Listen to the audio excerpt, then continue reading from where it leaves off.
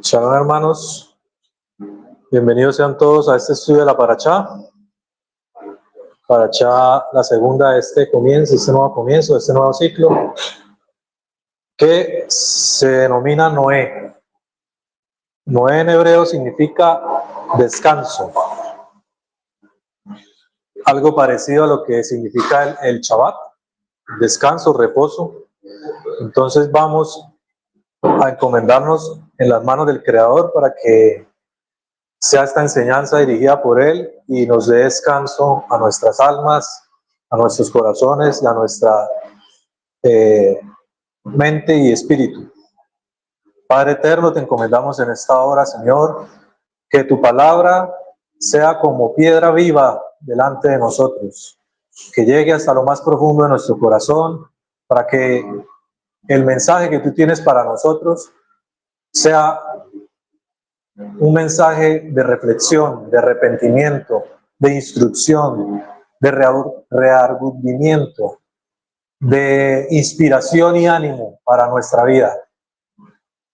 Que a partir del conocimiento que obtenemos por medio del estudio de la Escritura, tú, Señor, por medio del Espíritu, quien es que lleva toda verdad, nos permitas acoger tus enseñanzas y el mensaje profundo que traes por medio de ellas.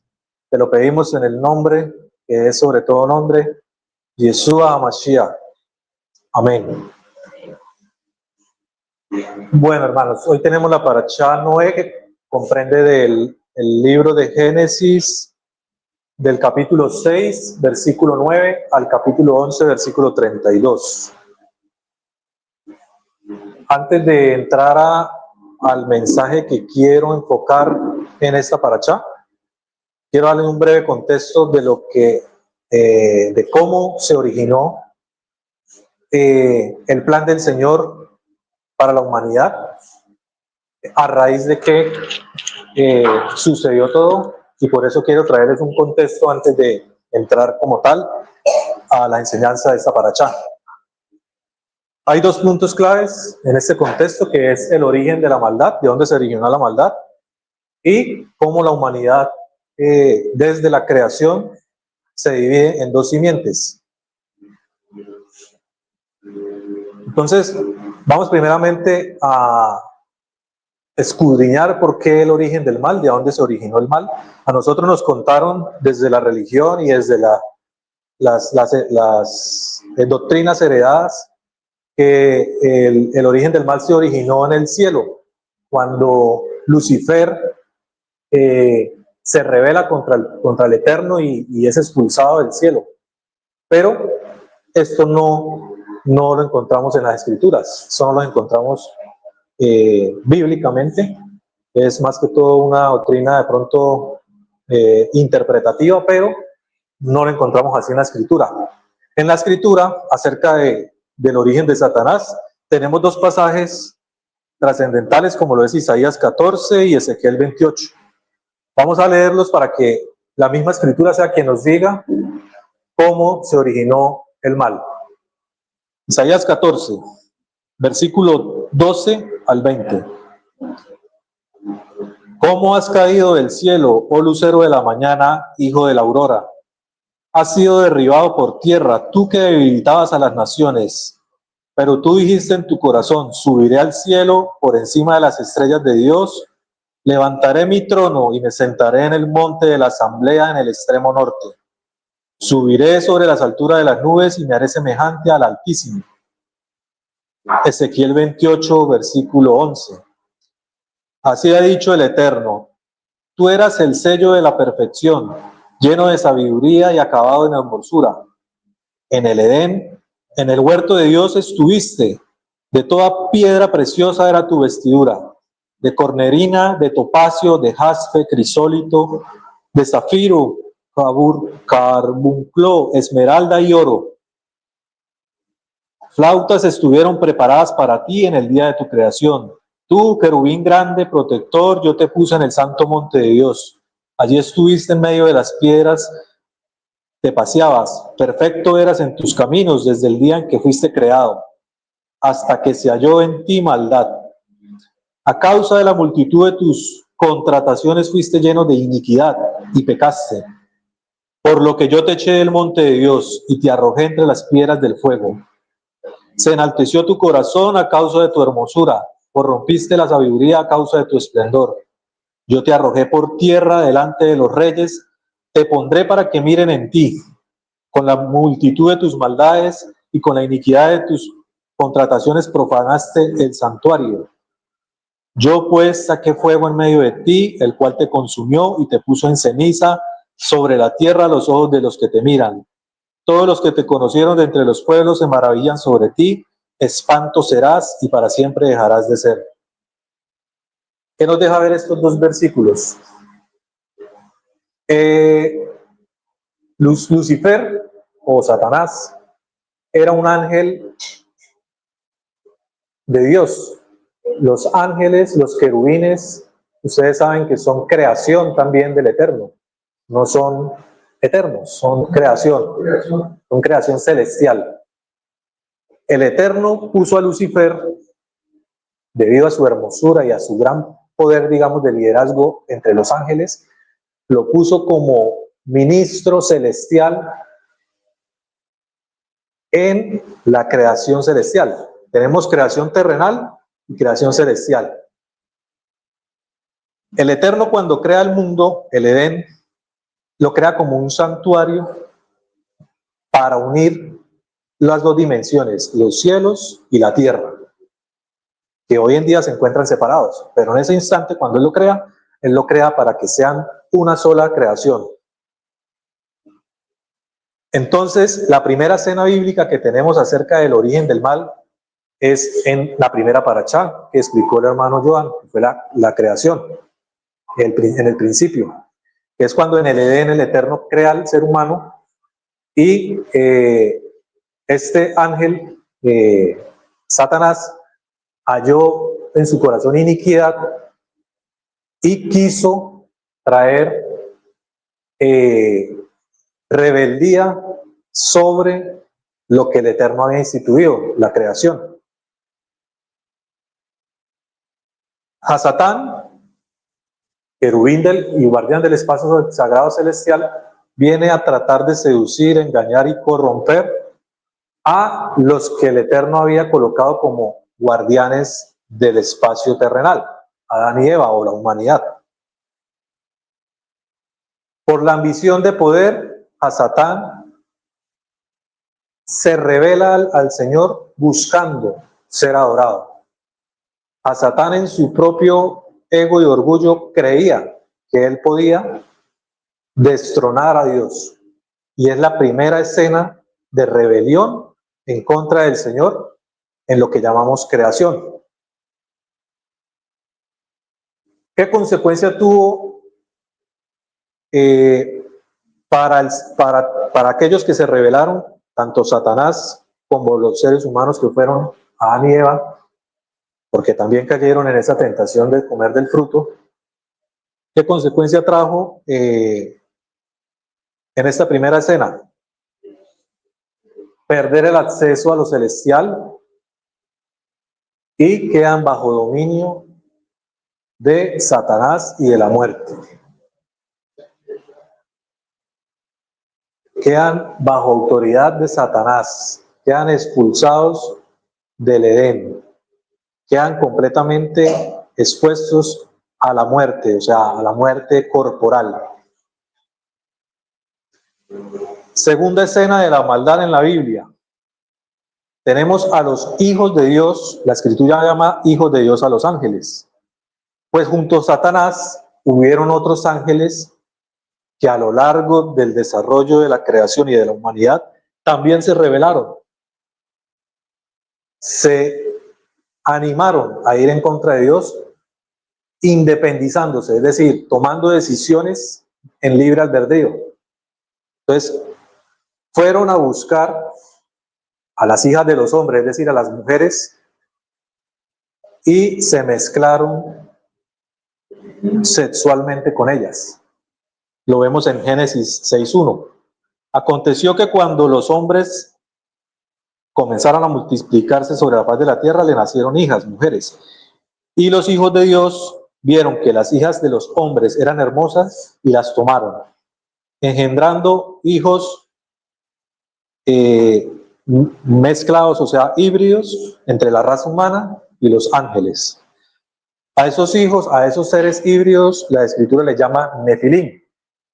Son mitad ángeles, mitad humanos, y esa alteración del ADN híbridos produce que esos seres humanos que nacían fuesen gigantes. En Enoc, un libro que fue escrito por revelación de Enoc, que no fue adoptado por la religión, porque quien lo sacó del canon fue la religión, no fue el pueblo. Bueno, en una parte del pueblo judío sí lo sacó porque hablaba mucho del Mashiach como siervo sufriente. La religión católica, en el canon que quedó establecido cuando se definieron los libros de la Biblia, este libro fue excluido. Y resulta que este libro de Enoc, para quienes lo han leído, trae mucha revelación de este tipo, pero que se alinea con la Escritura. No tiene absolutamente nada que vaya en contra de la Escritura. Entonces, en Enoc, usted va al capítulo 7 y ve cómo explica este suceso, en los cuales los ángeles se metieron con las hijas de los hombres. Entonces, todos sus jefes tomaron para sí mujeres y cada uno escogió entre todas y comenzaron entre ellas a contaminarse con ellas. No solamente tuvieron relaciones, sino que cuál era el objetivo de ellos, de estos ángeles. Alterar la naturaleza y por ende la simiente. ¿Por qué la simiente? Porque resulta que en Génesis 3, el Eterno, ante la rebeldía de Satanás y la caída del ser humano, les dice una profecía, que habrá alguien que aplastará la cabeza de la serpiente y la serpiente le herirá en el carcañal. Pero es esa promesa del Mesías quien aplastará la cabeza de la serpiente. Entonces, ¿qué busca el ejército de la maldad? Acabar con la simiente. Ese siempre ha sido el objetivo desde ese momento, acabar con la simiente. Entonces, el primer plan, ¿cuál fue? Alterar el ADN del ser humano. Y no solamente alterar el ADN, sino enseñarles cosas que solo los ángeles conocían. Entonces dice Enoc 7, les enseñaron brujería. Cuando uno se explica de a dónde el ser humano aprendió la brujería, por pactos con Hasatán, no. Viene desde un principio, desde un comienzo. Estos ángeles les enseñaron no solamente brujería, sino magia. Les enseñaron todo lo que hoy conocemos como el desarrollo tecnológico y químico, físico, todo lo que entendemos hoy por ciencia. Dice el capítulo 7, y Asael enseñó a los hombres a fabricar espadas de hierro, corazas de cobre. Les mostró cómo se extrae y se trabaja el oro hasta dejarlo listo. Y en lo que respecta a la plata, repujarla con brazaletes y adornos. A las mujeres les enseñó sobre el antimonio, lo que contiene el maquillaje que hoy se usa. El maquillaje, antimonio. Es decir, muchas cosas del conocimiento celestial. Y uno dice, bueno, ¿esto qué tiene de malo? Bueno, aparte, digámoslo así, el maquillaje, porque la brujería evidentemente pues es...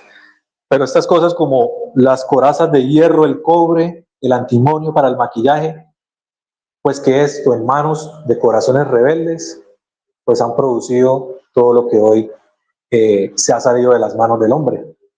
La ambición, los sistemas, el poderío. Entonces creció mucho la impiedad y se tomaron caminos equivocados. Shemihasa, que es otro ángel caído, enseñó encantamientos, hechizos, habilidades, el tema de la astrología.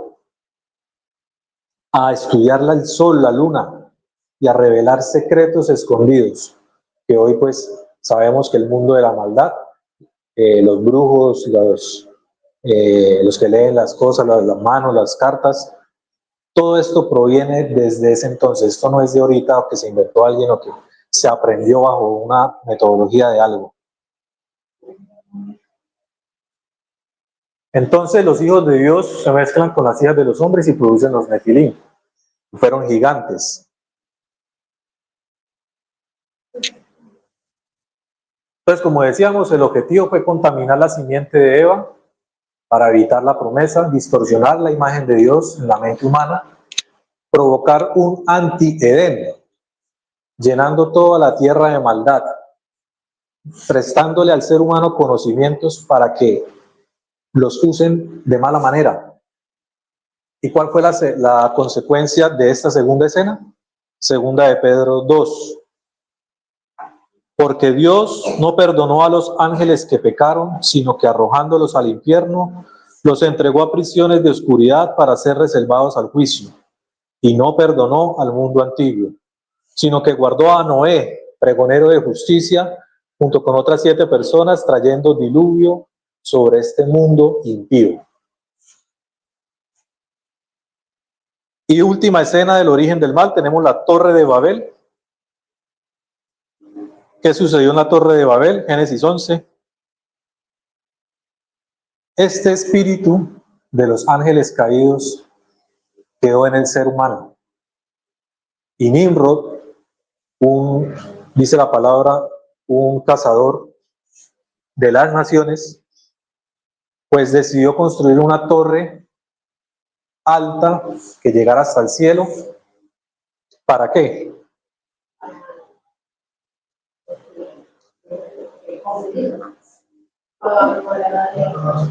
Era para conectar la tierra con el cielo.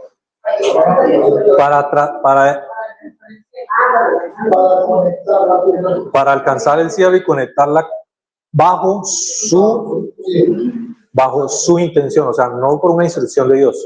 Entonces, ¿qué hace el Eterno? Lo confunde y crea por primera vez las lenguas, los idiomas. Antes, hasta ese tiempo, solo había una lengua, que era el hebreo original, el idioma original. ¿Era intención del Eterno dividir las lenguas? No. ¿Era intención del Eterno que ese grupo que estaba ahí se concentrara en un solo lugar? No. La instrucción apenas Noé baja del arca, ¿cuál fue? Fructifíquense y expándanse sobre la tierra.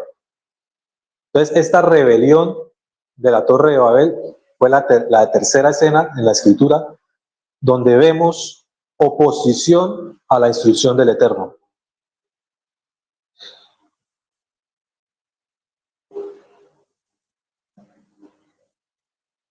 ¿Cuál fue la consecuencia entonces de esta tercera escena? Dios toma para sí un pueblo, una simiente, y lo demás lo esparce y lo divide, no solamente territorialmente, sino en idiomas y en dioses. Porque ¿qué adoraban las naciones? A todo menos al Dios de Israel. Entonces, hoy el que no entiende la Escritura desde el comienzo dice, es que Dios hace excepción de personas y no puede ser que es que haya escogido uno solo. ¿Por qué no escogió a Colombia? ¿Por qué no escogió? Porque no estudian el comienzo, no estudian el inicio. Escogió a Israel como pueblo, porque Israel como tierra no estaba constituido. ¿Y qué significa Israel en el hebreo? Los que luchan o prevalecen con Dios. En ese tiempo nadie escuchaba a Dios. ¿Por qué solamente se salvó Noé? Porque fue el único que miró a Dios. Fue el único que fue como Israel. Los demás hicieron lo que quisieron. Los demás escucharon a los ángeles caídos y se deleitaron en lo que les enseñaban. Entonces, en ese punto, en esta parachá, es el punto de quiebre de las dos simientes. la simiente de Israel y la simiente de las naciones, no la simiente de Hasatán, no. La simiente de Israel con un Dios y la otra, no hay más simientes, y la otra la simiente de las naciones con otros dioses. ¿Qué nos dice la Biblia de otros dioses? Baal, Astaret, Semiramis, infinidad. Solo Israel se queda con el Dios verdadero. Las demás naciones, pues aquellos antisemitas o ateos, es que dicen que es que Dios es étnico o que Dios es racista, etcétera, escoge uno solo y a los demás los mandó a comer. Y cuando Israel más adelante en la escritura batalla y destruye otras naciones, a niños, mujeres, ay no, se escandalizan. La maldad. Digo que la simiente de la maldad. Señor. Yo no he entendido que la simiente de la maldad está en ellos. Que son simiente de otros dioses, no del Dios verdadero. Por más que ellos crean que están adorando al único Dios. No, es que hay un único Dios. No importa cómo se llame. El mundo no entiende qué es simiente. No entiende las simientes. No tiene la culpa, pero la simiente. ¿Qué pasa? Que claro, el Eterno después establece el plan para recuperar las naciones, pero en ese momento las separó de sí. Por eso le da una sola ley a Israel, que no le da una ley a las naciones. Eso es mentira, que le da leyes no mágicas a las otras naciones, ¿no? Eso se lo inventó el judaísmo. Pero si vamos acá, bueno, la humanidad entonces se divide en dos simientes, según el Génesis 3, que el Eterno mismo lo dice. Entonces vemos, ¿cuál fue la simiente del Eterno? Yud-Hei Vak-Hei, Abel, Sem, Noé, Abraham e Israel. La que sigue los caminos de Dios. ¿Fueron porque ellos eran especiales? No. ¿Tenían algo en común? No. Porque ellos hicieron Shema, escucharon, y las instrucciones que recibieron del Padre, eso hicieron. Por eso les denominó Israel. Ahora, ¿cuál es el Dios de lo demás? Los seres rebeldes, liderados por Satanás. ¿Quiénes? Caín, los Nefilim. Luego, cuando Noé es salvado en el arca y se renueva todo y hay un nuevo comienzo, una nueva oportunidad para la humanidad, ¿qué sucede?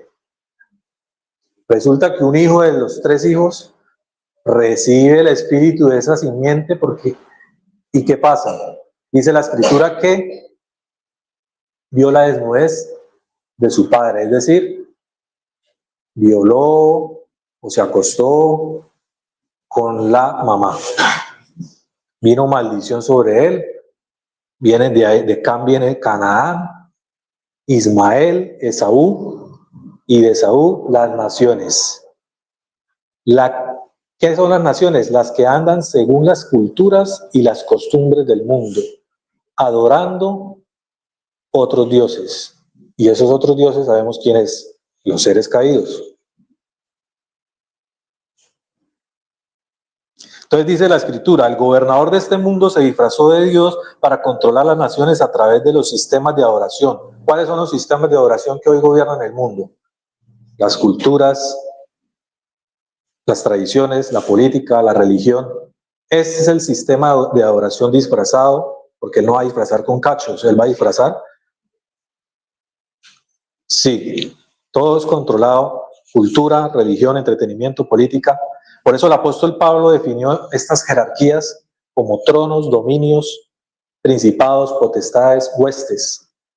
Estos sistemas religiosos hoy están bajo el dominio de esta simiente, la simiente de maldad.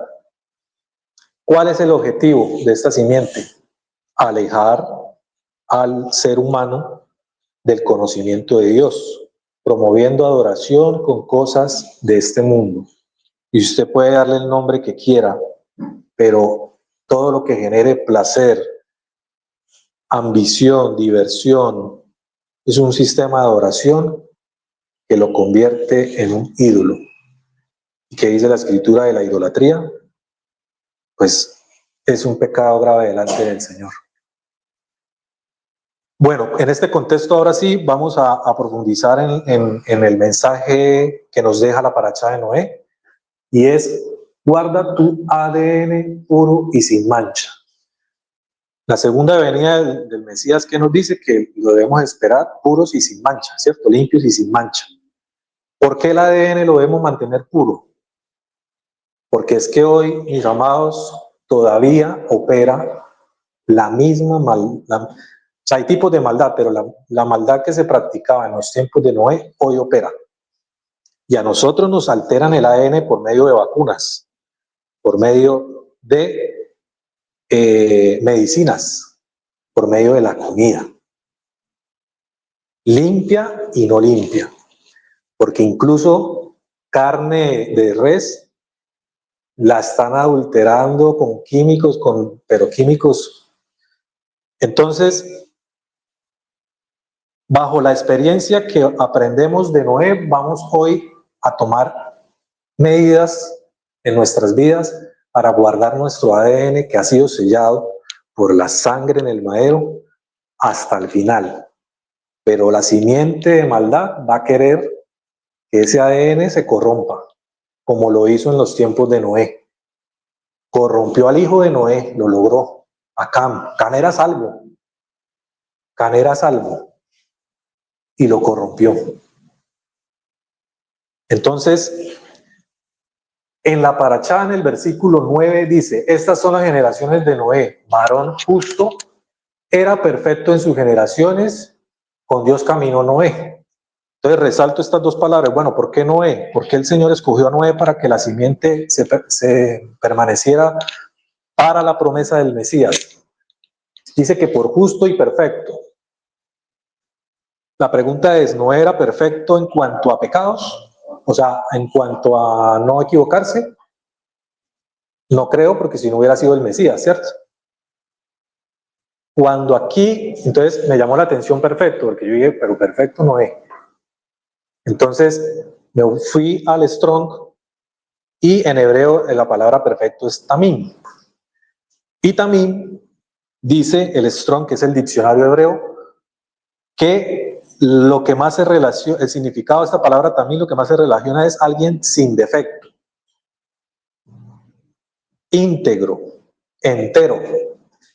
Y si yo me analizo o reflexiono en el contexto, ¿qué es lo que más abundaba aparte de la maldad moral? Lo que más abundaba en ese tiempo, la alteración, lo que llamábamos ahorita híbridos, la alteración, porque es que se multiplicaron. Los nefilín se metieron con las hijas de los hombres y se empezaron a multiplicar de una manera, y al enseñarles esos conocimientos de brujería, etcétera, se expandieron. No había ser humano íntegro en cuanto a ADN. Todo estaba mezclado, corrompido. O sea, el Eterno no iba a usar a un nefilín para su simiente. Entonces, primera característica de Noé para que el Eterno, para que él hallara gracia delante del Eterno, que estaba limpio como creación, como sangre, estaba limpio, no estaba mezclado con un ángel caído. Y segunda característica era que era varón justo. ¿Varón justo en qué sentido? Que caminaba con Dios, dice la Escritura.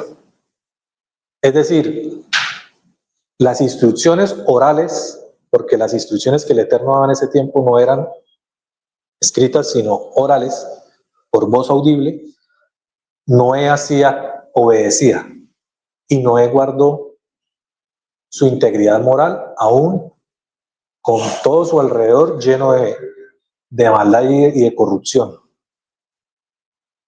Entonces Noé halla gracia delante del Eterno, y el Eterno lo escoge para poder hacer un reseteo. Noé, harás un arca donde introducirás a tu familia para hacer una nueva creación, un nuevo comienzo. Entonces vemos que el Eterno hace un escáner sobre la tierra y no haya justo, sino a Noé, uno solo, en toda la humanidad. Seguimos. En Génesis 6 dice que Noé halló gracia delante del Eterno y esta gracia ya ante los ojos de Adonai no es una gracia como hoy se entiende, ¿no? Y como decir, no, pues que una gracia como de tolerancia, sino una gracia de que hay un corazón dispuesto para poder sobre esa línea, sobre esa persona, hacer un propósito. Esta es la misma gracia que se manifiesta en Yeshua. ¿Sí?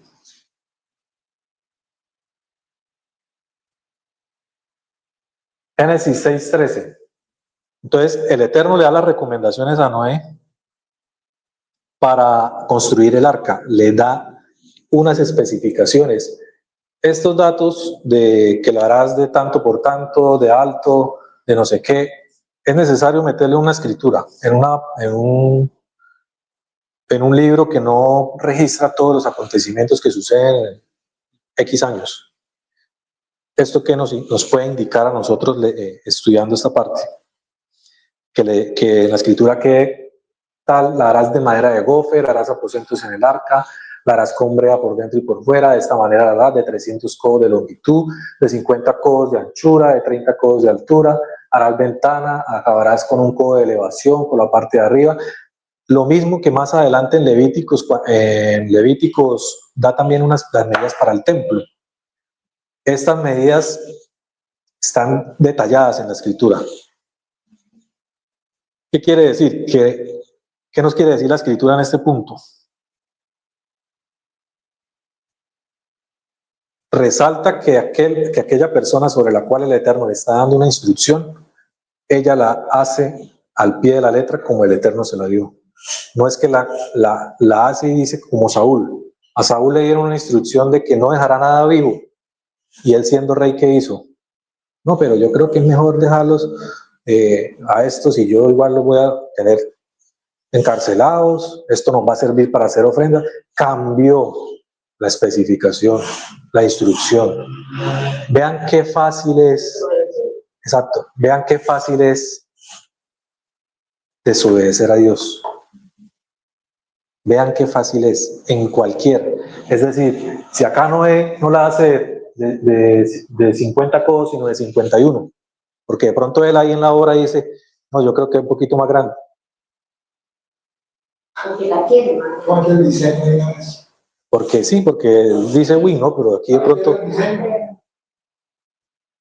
Entonces, ahora imagínense nosotros con los mandamientos. Ah, no, pero es que el tzitzit, eso para qué ya hoy. Eso era en ese tiempo cuando era un pueblo, eso para qué ya hoy, si ya no es todo en el espíritu.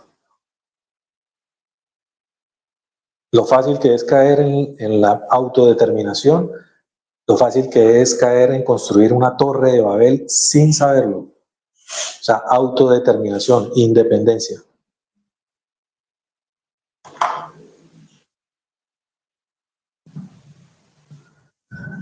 Prestemos atención a este pasaje también, que también trae mucha instrucción. El Eterno le dice a Noé, entra tú y toda tu casa, de todo animal limpio tomarás 7 parejas, macho y hembra, más de los animales que no son limpios, una pareja. Entonces, miren acá otra especificación. Si el Eterno no había entregado la ley, ¿por qué habla de animales limpios y animales no limpios? Otro pasaje que se le va de las manos a aquellos que dicen que eso ya no se guarda. No había ley, no había pueblo, habían seres humanos, como Noé. 7 parejas de los limpios y solamente una pareja de los no limpios. ¿Por qué 7 de los limpios y por qué una sola de los no limpios? Porque el Eterno pensaba que la familia tenía que comer. No solamente es para fructificación de los animales, sino Noé y su familia tenían que comer. Uno solo de los no limpios, es decir, del cerdo, de la rata, del murciélago, uno solo. de los aptos y de los limpios, res, vaca, etcétera, pollo, 7 parejas. Entonces aquí vemos que desde el arca, desde el reseteo, el Eterno ya piensa en lo más importante, que es la alimentación del ser humano, de sus hijos. Y dice, y Noé hizo conforme a todo lo que le mandó Adonai. Fe con obediencia, no una fe vacía, fe con obediencia de que lo que le está diciendo eso es bueno y no lo refutan. Génesis 8. Llega el momento en donde el Eterno ya hace detener la lluvia, y dice la Escritura que hizo pasar Dios un soplo de viento sobre la tierra. Un simple soplo de viento o un rúa. Un soplo de viento y disminuyeron las aguas. Y reposó el arca en el mes séptimo, a los 17 días del mes. ¿Qué les dice esa fecha? Donde reposó ya el diluvio, donde prácticamente salió el arco iris, todo tranquilo, ya pasó. ¿Qué les dice esa fecha?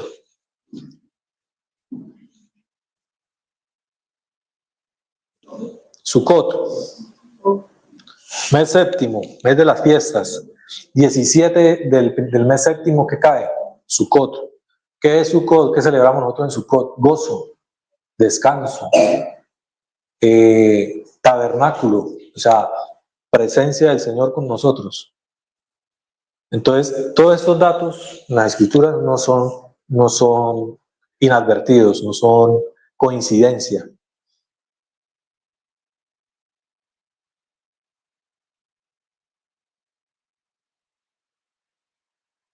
Ahora les da la instrucción el Eterno cuando ya encuentran tierra.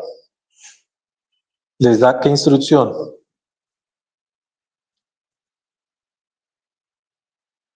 Salgan del arca, dice.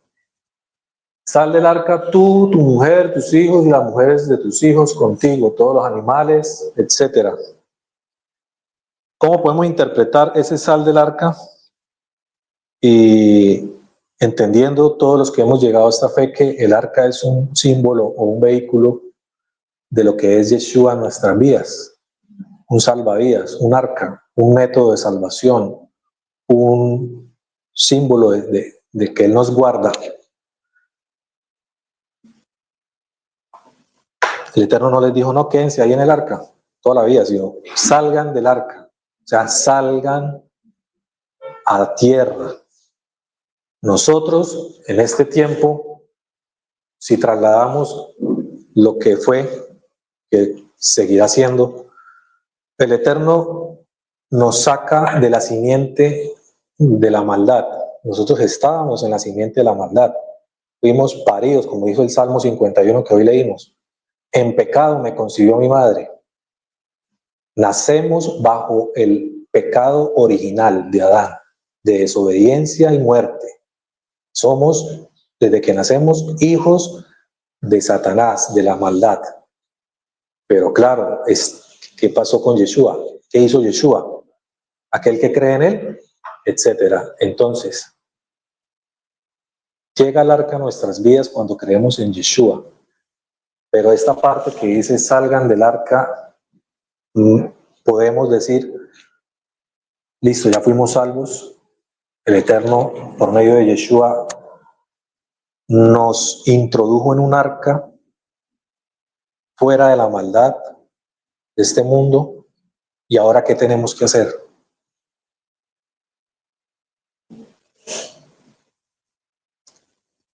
Cuidar la salvación que nos dio con temor y temblor. ¿Y cómo hacemos para hacer eso?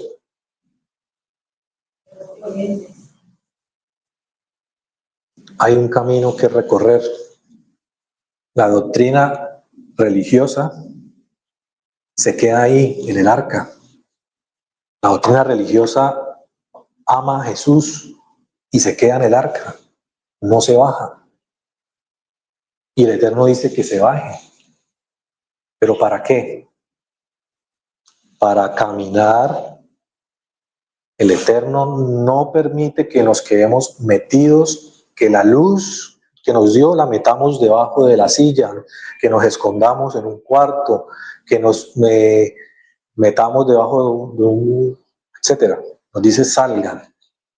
Y el evangelio que Yeshua le da a sus discípulos, ¿cuál es? Ir y predicar el mensaje a las naciones. No les, ellos no, sí, yo creí en el Mesías y ya, no. Hay un trabajo que hacer. Este pasaje nos dice que hay un trabajo que hacer. Ya fuimos salvos, claro. Ya dejamos el pecado, no practicamos el pecado, que nos equivocamos. Ya sabemos que tenemos un abogado, pero hay un camino que recorrer. La santidad lleva tiempo, sobre todo porque no nacimos bajo el yugo de la maldad.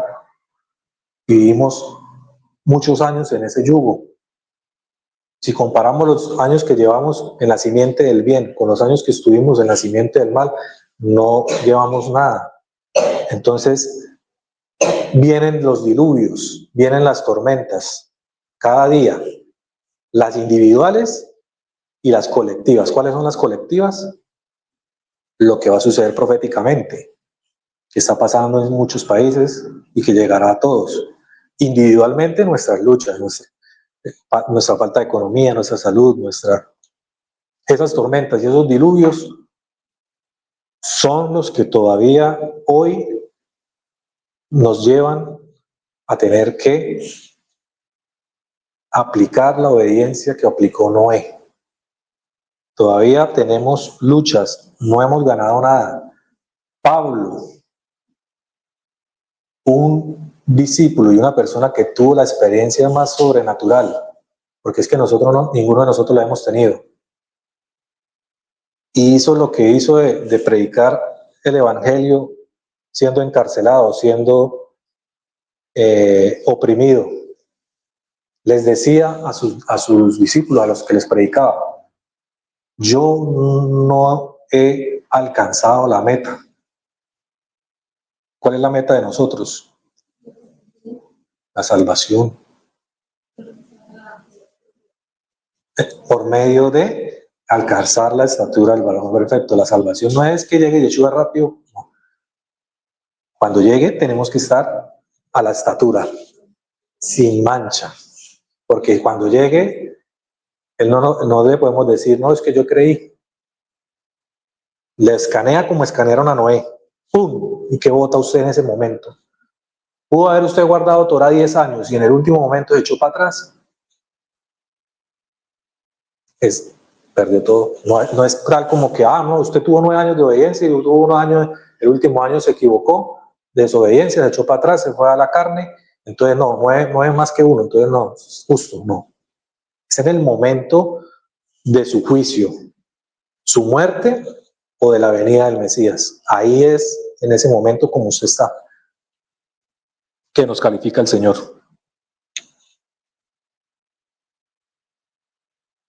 Mateo 24. Bueno, ahora nos guardamos en el ADN puros y sin mancha. ¿Ante qué? Ante este tiempo que está como en los días de Noé. Dice la escritura en Mateo 24, más como en los días de Noé, así será la venida del Hijo del Hombre, porque como en los días antes del diluvio, estaban comiendo, bebiendo, casándose y dándose en casamiento.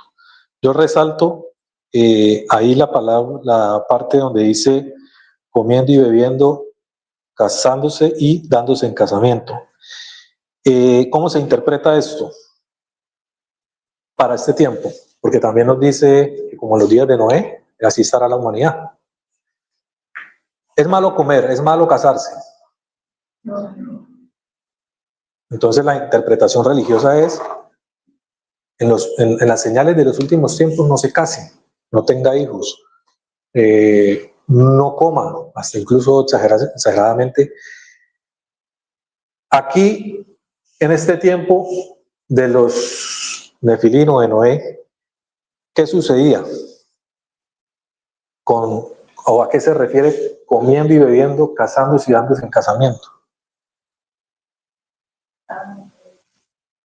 Exactamente. Dice, ahorita les muestro un versículo en Enoc, pero este es el gran problema. En ese tiempo no comían comida. En ese tiempo no bebían agua, bebían sangre. El cristiano o el religioso interpreta como que borrachera, ¿no? De borrachera no es emborrachó. Bebían sangre. Y casándose y dándose en casamiento, ¿a qué se refieren esos tiempos? Seres celestiales con mujeres, seres celestiales con animales, seres celestiales hombres con hombres, mujeres con mujeres. ¿Y por qué el Eterno le llama casamiento y no le dice ahí abominación o etcétera? Porque el Eterno llama a una relación sexual, sea cual fuese, casamiento. Usted tiene intimidad con una mujer y esa mujer es su esposo. Así lo dice la Escritura. Por eso dice dándose en casamiento. Porque el Eterno bendice el matrimonio. Eso no puede estar acá interpretado como que ya no se puede casar entonces. Habla, y ya les muestro en qué versículo habla de otras cosas. Enoc, en el capítulo 7. Quedaron embarazadas de ellos y parieron gigantes. Casamiento ilegal, es decir, relaciones corruptas. Y en el versículo 5 dice, empezaron a pecar contra todos los pájaros del cielo, contra las bestias, contra los reptiles, contra los peces del mar, y se devoraban los unos la carne de los otros y bebían sangre. Eso está en Enoc.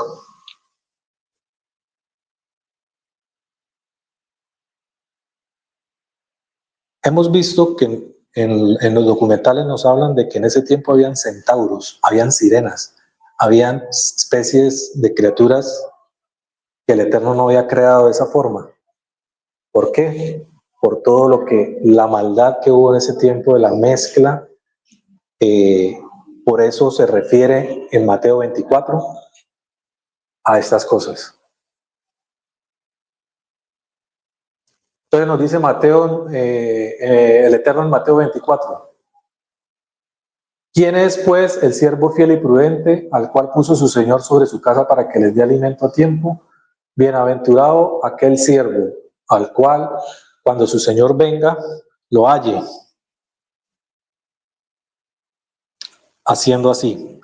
Pero si aquel siervo malo dice en su corazón, mi Señor tarda en venir, y comenzaré a golpear a sus consiervos, a comer, a beber con los borrachos, vendrá el Señor de aquel siervo en ese día que no espera, en la hora que no sabe, y lo castigará duramente. Y pondrá su parte con los hipócritas. Allí será el lloro y el crujir de dientes. En ese momento de Mateo 24, los discípulos de Yeshua le preguntan acerca de la manifestación del Mesías. En ese tiempo ellos no sabían que había otra venida. Ellos pensaban que eso era su única venida. Y en su ministerio, ellos lo único que esperaban era que él se revelara como Mesías. Entonces ellos le preguntan a Yeshua, pensando que era cuestión de años de que él se iba a revelar como rey, como Mesías. ¿Y qué le dice Yeshua acerca de esto? Que la venida del Hijo del Hombre vendrá acompañada de señales, terremotos, hambrunas, pestes, y en la Escritura le llama a estos dolores de parto. ¿Por qué le llama dolores de parto? Porque cuando una mujer va a tener un hijo, sufre un periodo anticipado de contracciones, ¿sí? Y esas contracciones no son continuas, tienen unos periodos de pausa, viene una, viene otra, porque aquellos incrédulos que nos dicen, pero es que terremotos pestes, guerras han habido siempre. Entonces, ¿por qué usted me dice que ahorita parece que fuese el fin? Si eso ha pasado desde, pues así como el ejemplo que él nos da en la escritura, que como dolores, serán dolores de parto, esas contracciones tienen una normalidad, otra normalidad, otra, ¿hasta que qué? Hasta que el niño ya pide salir. Pues así va a ser este tiempo. Cada que vemos una guerra, cada que vemos un terremoto, una pandemia, son contracciones. Cada contracción nos da a indicar que está próximo a salir el niño. O sea, como figura, está próximo a venir el Mesías. Por eso en Juan 16 dice, cuando la mujer está para dar a luz, tiene aflicción, porque ha llegado su hora. Pero cuando da a luz al niño, ya no se acuerda de la angustia o la alegría de que un niño va a nacer en el mundo. Entonces nosotros, en este tiempo, no nos asustamos, no nos afligimos. La angustia nos debe dar alegría, porque está a punto, porque cada contracción nos marca que ya está. No sé cuántas contracciones son, pero ya nos da a indicar que ya está.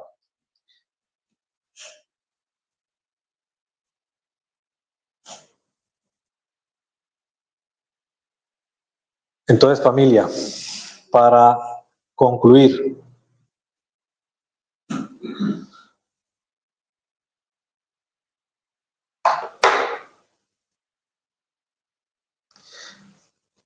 entendiendo este mensaje de Noé, ¿qué debemos orar hoy sabiendo que en este momento están ocurriendo como los días de Noé? Debemos clamar porque hay un presidente correcto. Debemos clamar porque en nuestra región, en nuestra ciudad, haya un líder conforme a la Torá. ¿No? Debemos orar como hicieron los discípulos. Señor, ¿instaurarás tu reino en este tiempo? Eso es lo que debemos orar. Nosotros tenemos la esperanza de ser la generación que ve al Mesías venir en gloria. No lo vimos venir en servidumbre, en servicio, en siervo sufriente. Lo vimos, lo vemos es decir, creemos sin verlo, pero podemos tener esa esperanza de verlo venir en gloria. Es la generación. Yo no, por lo menos por mi parte, yo no oro que se demore. No, es que quiero casarme, quiero, etcétera. Yo quiero verlo en gloria. Yo quiero ser de esa generación. Yo no tengo planes. Yo no tengo proyectos. Yo tengo, claro, eso no quiere decir que yo ya no dejo de hacer nada, ¿no? Pero mi oración es esa. Y debemos como pueblo orar eso. No, que demore para que llegue más gente. ¿O no? Y si se demora y se reduce más bien. Porque la puerta es angosta, la puerta no es ancha. Entonces, mis hermanos, para terminar, entre todos, volvamos a recitar este salmo. Un salmo que desnuda un corazón arrepentido. Un salmo que se entrega al Señor en clamor por arrepentimiento y purificación. Y esta paracha de Noé nos deja la enseñanza de la purificación, de un nuevo comienzo, de nuevas criaturas. Entonces vamos a leerlo entre todos. Padre, ten piedad de mí, oh Dios, conforme a tu misericordia. Conforme a la multitud de tus piedades, borra mis rebeliones. Lávame más y más de mi maldad y límpiame de mi pecado. Porque yo reconozco mis rebeliones y mi pecado está siempre delante de mí. Contra ti solo he pecado y he hecho lo malo delante de tus ojos, para que seas reconocido justo en tu palabra y tenido por puro en tu juicio. He aquí, en maldad he sido formado, y en pecado me concibió mi madre. He aquí, tú amas la verdad en lo íntimo, y en lo secreto me has hecho comprender sabiduría. Purifícame con hisopo y seré limpio. Lávame y seré más blanco que la nieve. Hazme oír gozo y alegría, y se recrearán los huesos que has abatido. Esconde tu rostro de mis pecados y borra mis maldades. Crea en mí, oh Dios, un corazón limpio y renueva un espíritu recto dentro de mí. No me eches de delante de ti y no quites de mí tu Santo Espíritu. Vuélveme el gozo de tu salvación y espíritu noble me sustente. Entonces enseñaré a los transgresores tus caminos y los pecadores se convertirán a ti. Líbrame de homicidios, oh Dios, Dios de mi salvación. Cantará mi lengua tu justicia. Señor, abre mis labios y publicará mi boca tu alabanza. Porque no quieres sacrificio, que yo lo daría. No quieres holocausto.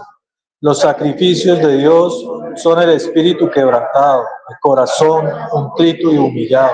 No despreciarás tú, oh Dios. Amén. Amén, hermanos. Aleluya.